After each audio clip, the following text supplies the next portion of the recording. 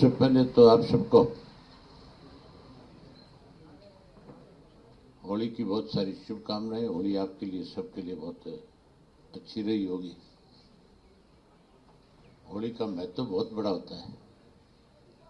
हमारे यहाँ तो होली के त्योहार में जो साथी एक दूसरे से विवादित होते हैं, जिनका आपस में कोई सामाजिक रिश्ता खराब हो जाता है, इस होली के त्योहार के ऊपर आपस में एक दूसरे को रंग लगा करके उस विवाद को खत्म करते हैं, फिर से अपने भाईचारे को मजबूत करते हैं। और अब की बार की होली तो और ज्यादा महत्वपूर्ण थी। मौजूदा सरकार ने हरियाणा प्रदेश के अंदर जात पात, धर्म, मजहब के नाम पे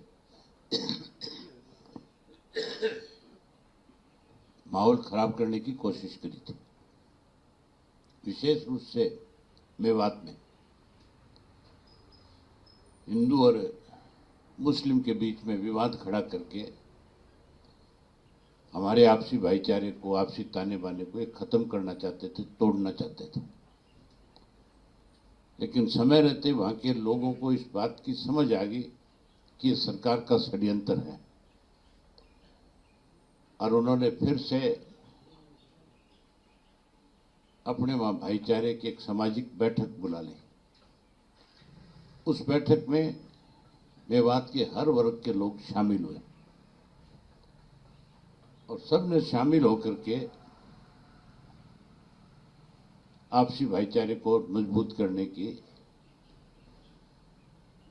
विचार विमर्श के साथ ये फैसला लिया कि हम अपने भाईचारे को किसी कीमत पे टूटने नहीं देंगे, किसी षड्यंत्र का शिकार नहीं होने देंगे, हम इसको और ज्यादा मजबूत करेंगे। उसी का परिणाम है कि सरकार अपने षड्यंत्र में सफल नहीं हो पाई। सरकार स्वयं कटघरे में खड़ी होगी। और कल के दिन तो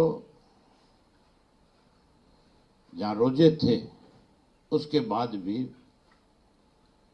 मेवात के लोगों ने हिंदुओं के साथ बड़ी संख्या में इकट्ठे होकर के इस होली मिलन समारोह को बहुत बड़ा महत्व देने का काम किया। एक अच्छा मैसेज, अच्छा संदेश उन्होंने दिया। उसकी भी आपको शुभकामनाएं हैं। आपसे भी उम्मीद करेंगे कि इस होली के बाद लोकसभा के चुनाव में आपकी कलम सीधी चले, टेढ़ी मेढ़ी ना हो। आज विशेष रूप से आपको इसलिए आमंत्रित किया था कि एससी समाज में आज बहुत बड़ी ज्वाइनिंग जो है, एससी समाज में विशेष रूप से धानक और बाल्मीकि समाज के साथियों ने इंडियन नेशनल लोकदल पार्टी में आस्था व्यक्त करी है। धानक समाज के जो हरियाणा प्रदेश के प्रधान हैं,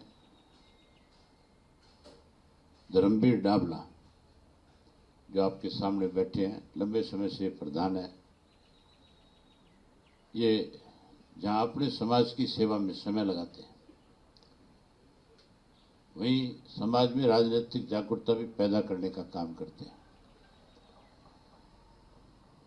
इनके पूरे समाज के जो इनके साथ नीचे जिलों में काम करने वाले लोग हैं, उनमें राजकुमार है, ओम प्रकाश है, बंशी कायत है, कृष्ण लाडवाल है, इंद्रजीत बागड़ी है, रामधारी इंदौरा है, हवा सिंह खड़कवाड़ है, भूप सिंह खड़कवाड़ है, शंकरलाल डाबला है, सतपाल राजा है, राजेश मोरेवाड़ है, बिंदु सोलंकी है, अशोक कुमार धानक है, संजय धानक है, विश्वास है और मंजीत चिचड़ाना।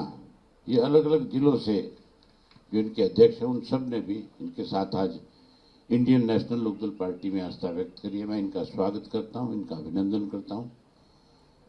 और वहीं वाल्मीकि समाज के भी हमारे जो प्रधान है सिरसा के, रवि चौहान, उनके साथ ओम प्रकाश है, विशाल वाल्मीकि है, धीरज वाल्मीकि है, राजकुमार राजू है।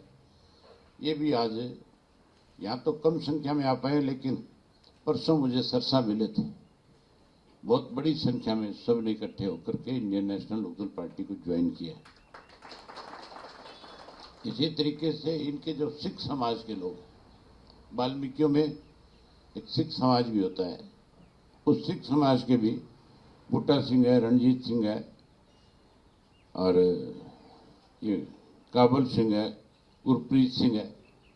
ये भी अपने समाज में इन्होंने एक बैठक करी थी कालावाड़ी में, मजहबी सिख समाज की।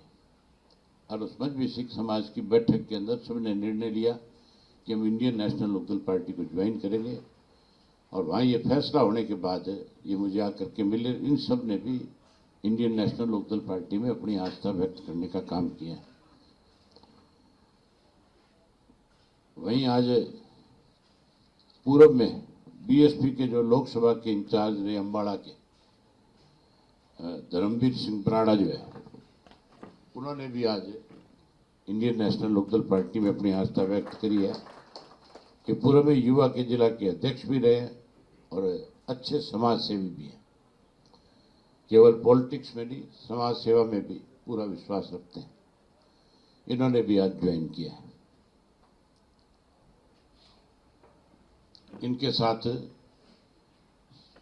आज सैकड़ों साथी तो आपके बीच में यहाँ पे भी आए हुए हैं, लेकिन इनकी संख्या अलग अलग डिस्ट्रिक्ट वाइज जो है, अब जो मेरी मीटिंग में होगी वहाँ इनके सारे साथी जिले वाइज भी बड़ी संख्या में ज्वाइन करने का काम करेंगे।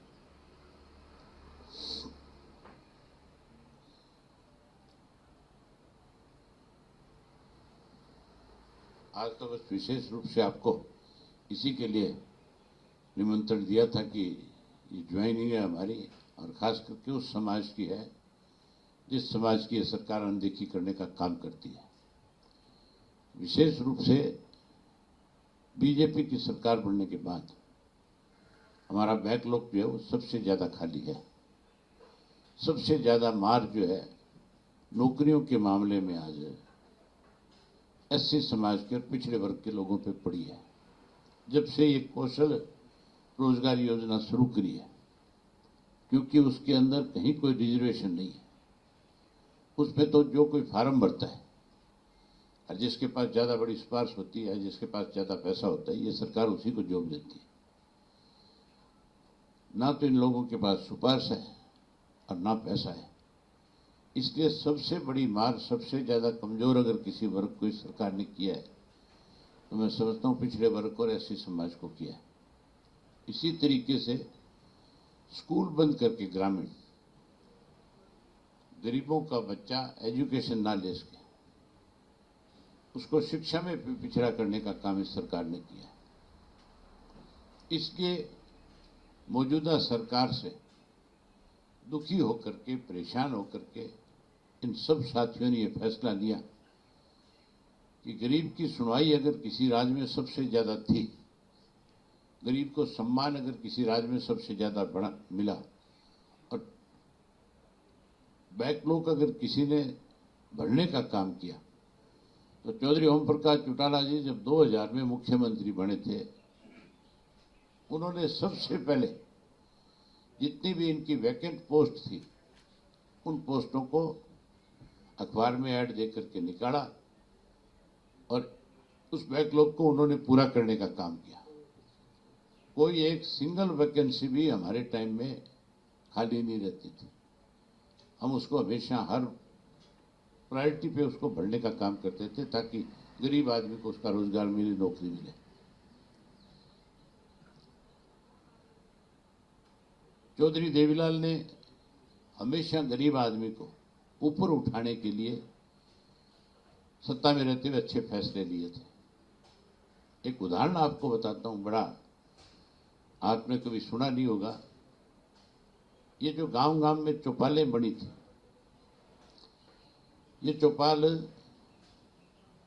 चौधरी देवीलाल ने जो है सोनीपत से हिसार जा रहे थे,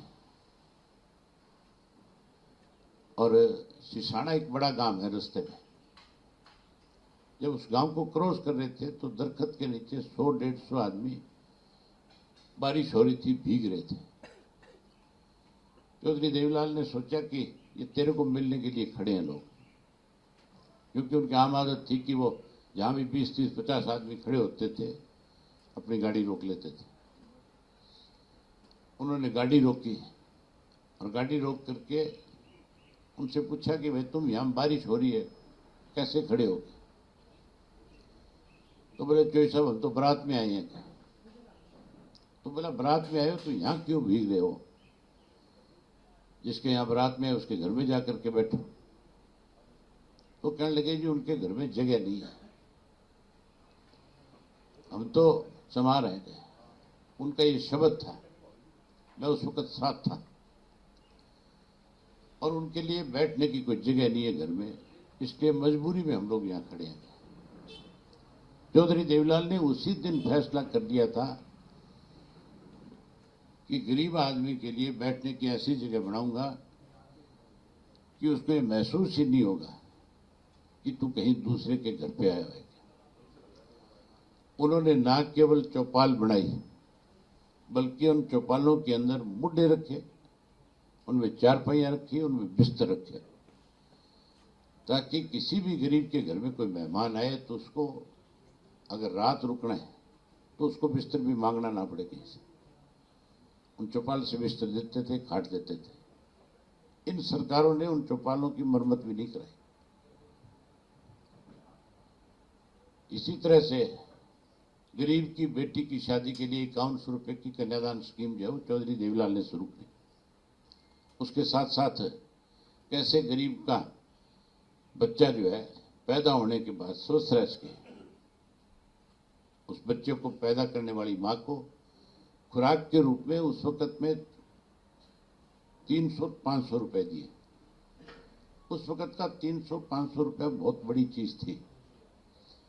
वो खुराक का मतलब था कि उसको घी मिले, उसको गोंद मिले, उसको जमावना मिले, ताकि उसका बच्चा स्वस्थ रह सके। ये सारी सोच उस वक्त चौधरी देवीलाल की और चौटाला साहब की थी कि गरीब को कैसे आगे बढ़ाया जाए। आज की मौजूदा सरकार और कांग्रेस ने तो गरीब का शोषण किया है। हम अपनी सरकार बनने के बाद उन स्कीमों को और आगे बढ़ाएंगे और ज्यादा कैसे इनको मदद मिल सके, इनके बच्चे अच्छे स्कूलों में पढ़ सके, आगे आ सके, उसके लिए अच्छे फैसले करेंगे। आज तो ये सब लोग आए हैं, इन सब लोगों ने इंडियन नेशनल लोकदल पार्टी में अपनी आस्था व्यक्त करी है। मैं इनका स्वागत करता हूं, अभिनंदन करता हूं और इनसे उम्मीद करता हूं कि ये इंडियन नेशनल लोकदल पार्टी के संगठन को मजबूत करेंगे और वहीं उसके साथ साथ जहां संगठन को मजबूत करने का काम करेंगे, वहीं हर जिले के अंदर, हर हल्के के अंदर अपने साथियों में जागृति पैदा करेंगे कि असल में आपका हितैषी कौन है। आप सब आए, आप सबका धन्यवाद है। आपके लिए चाय की व्यवस्था है, सब चाय पी करके जाएं।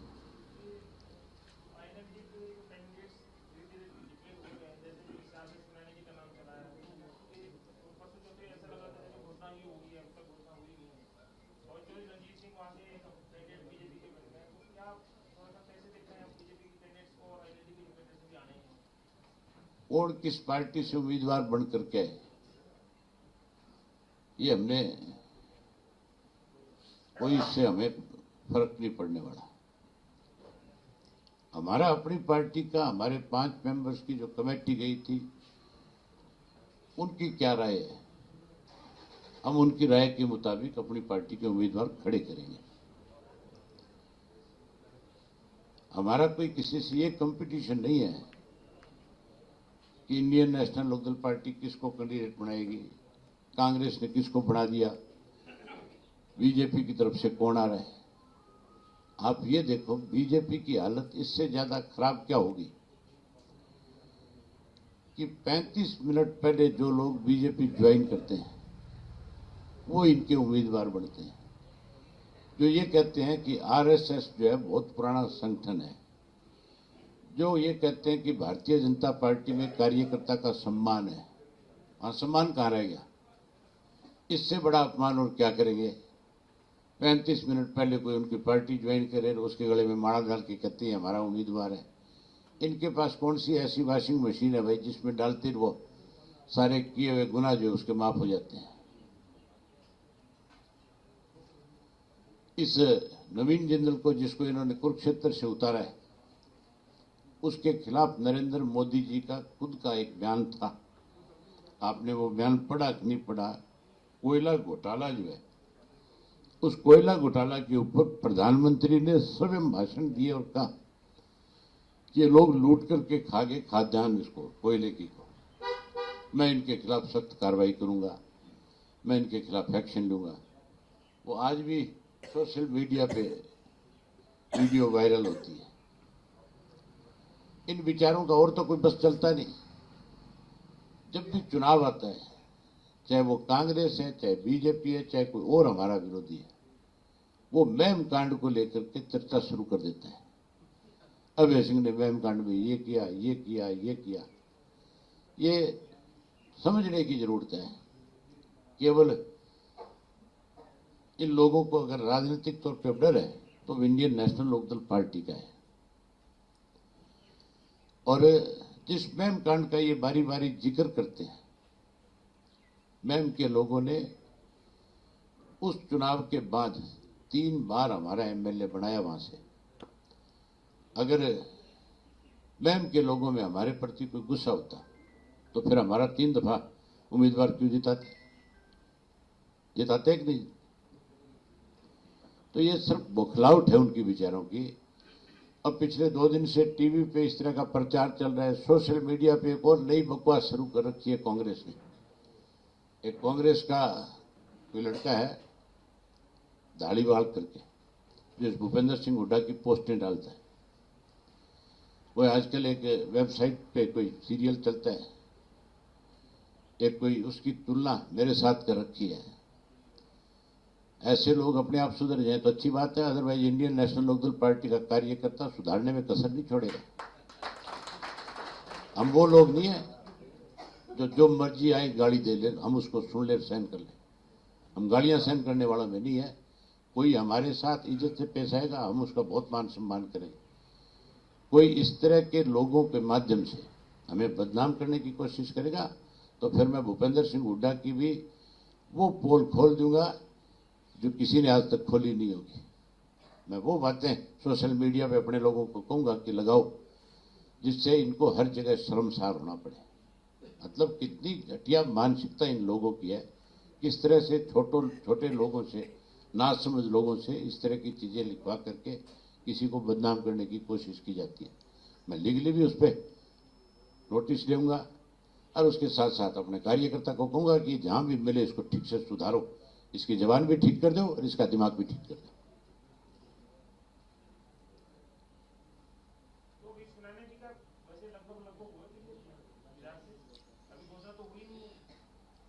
जब आप लोगों ने अपनी कलम से लिख दिया तो कमी रहेगी क्या? कोई नहीं, जब बाकियों की करेंगे तब कर देंगे, लेकिन ये मान के चलो कि हमारी पार्टी का तकरीबन यही फैसला है। आपके साथ बैठ करके विचार विमर्श करूंगा, फिर तय करूंगा।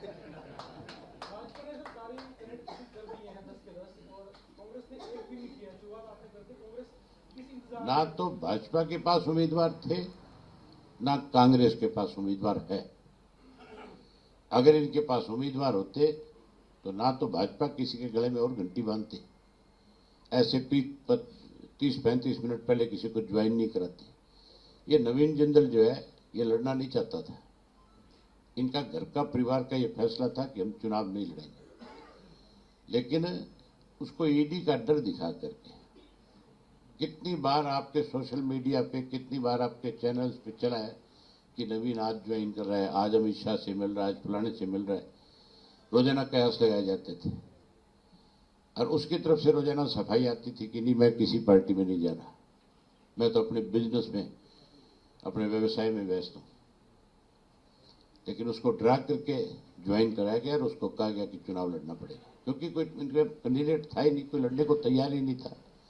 वहां तो चर्चा चल रही थी, आम जो कुरुक्षेत्र में बीजेपी में चर्चा थी वो ये थी कि करनाल की जो रेणुवाला जो मेयर थी कि उसको उम्मीदवार बनाया जाएगा, या कैलाश सैनी का जिक्र आता था, या एक डीडी शर्मा है उनका नाम आता था। इसका तो कहीं चर्चा ही नहीं था। ये तो कांग्रेस में थे, इनको तो वहां से जबरदस्ती ड्रा करके लाया गया है। मुझे लगता है कहीं हुड्डा को ये रोहतक से ना लड़ा जाए, बीजेपी वाले हुड्डा को रोहतक से ना लड़ा देते हैं, बदल भी सकते हैं। कौन सा सिंबल दे दिया?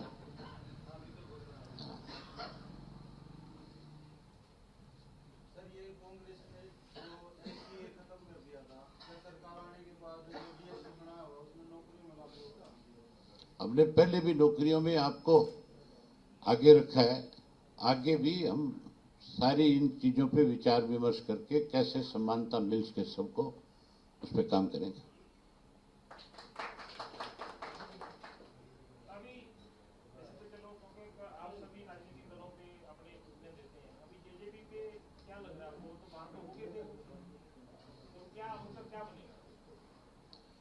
अब क्या बढ़ेगा? मैंने तो आपको बताई थी ना। है? जो मतदाता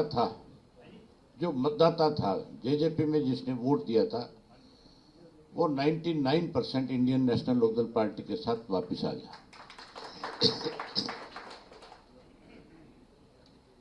जो कोई लीडर है छोटे मोटे, अब किस स्वार्थ में उनके साथ है मेरे समझ में नहीं आ रहा, शायद वो भी जल्दी छोड़ देंगे। इस लोकसभा के चुनाव के बाद आप भी अपनी कलम से जेजेपी लिखना छोड़ दोगे, ये हालत हो जाएगी। अच्छा सर, आपने